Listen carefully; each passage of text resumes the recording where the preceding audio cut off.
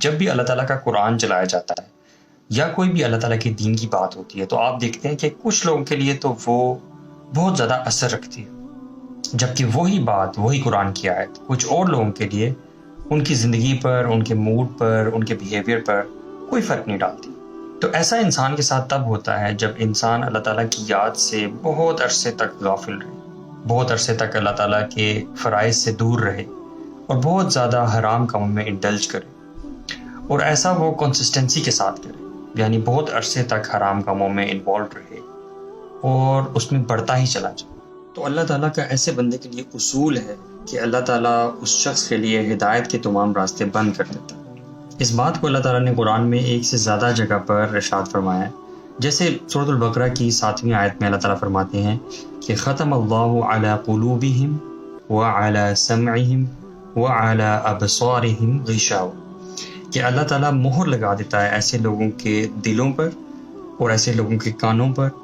اور ایسے لوگوں کی آنکھوں پر پردہ ڈل جاتا ہے، جس کی وجہ سے نہ ان کے کان جو ہیں وہ سن سکتے ہیں حق کو، نہ ہی ان کے دل جو ہیں وہ حق کو سمجھ سکتے ہیں، اور نہ ہی ان کی آنکھیں جو ہیں وہ حق کو دیکھ سکتی ہیں۔ ایک اور دوسری جگہ پہ اللہ تعالیٰ فرماتے ہیں کَلَّا بَلْ رَانَ عَلَىٰ قُلُوبِهِمْ مَا كَانُوا يَكْسِبُونَ، جس کا مفہوم یہ ہے کہ بے شک ان کے دلوں پر اللہ تعالیٰ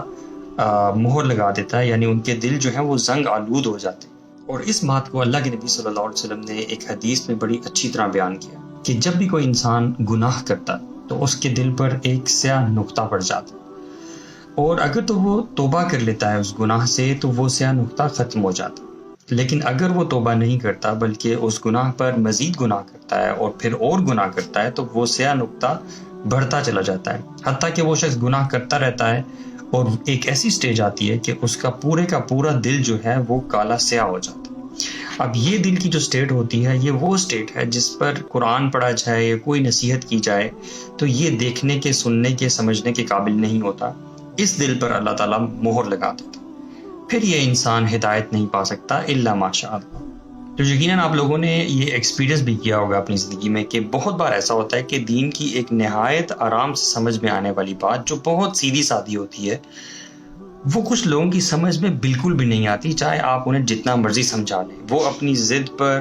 اور اپنے جھوٹ پر، جس کی بیسز، جس کی فاؤنڈیشن ہی غلط ہوتی ہیں،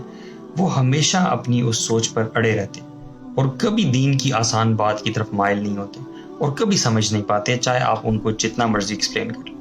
تو یہ دلوں کی اسٹیٹ تب ہوتی ہے جب انسان کے اندر سے اخلاص اور سنسیرٹی ختم ہو جاتی ہے اور انسان گناہ پہ گناہ کرتا رہتا ہے۔ تو گناہ تو یقیناً ہم سب سے ہوتے ہیں، اور ایسا نہیں ہو سکتا کہ ہم لوگوں سے گناہ نہ ہو، جیسے کہ حدیث میں بھی آ جاتا ہے کہ کلو بنی آدم خطاؤن، کہ آدم علیہ السلام کی ساری اولاد جو ہے وہ خطا کار ہے، گناہ تو ہم سے ہوں گے، وخیر الخطائین التوابون، اور ان خطا کاروں میں سے، ان گناہ کرنے والے لوگوں میں سے بہترین گناہ گار وہ لوگ ہیں جو گناہ کر لینے کے بعد اللہ تعالیٰ کے ہاں توبہ کرتے ہیں۔ تو گناہ تو ہوں گے ہم سے، لیکن بات یہ ہے کہ ہم اللہ تعالیٰ کی طرف رجوع کرنے والے بنیں، اللہ تعالیٰ کی طرف پلٹنے والے بنیں، نہ کہ ہم وہ بنیں کہ ایک گناہ کے بعد دوسرا اور دوسرے کے بعد تیسرا اور اس پر کنسسٹنسی اختیار کریں۔ تو ہمیں اس چیز سے ڈر جانا چاہیے کہ کہیں ہمارے اس عمل سے اللہ تعالیٰ ہمارے دلوں پر بھی مہر نہ لگا کے اور ہم بھی اس سٹیج پہ نہ پہنچ جائیں کہ جس پر جب اللہ تعالیٰ کا قرآن پڑھا جائے اور آیات پڑھی جائیں اور حدیثیں پڑھی جائیں اور ہم کوئی ہدایت نہ پا سکیں اور اللہ تعالیٰ کے عذاب کے مستحق ہو جائیں۔ اللہ تعالیٰ ہم سب کو بچا لے، آمین۔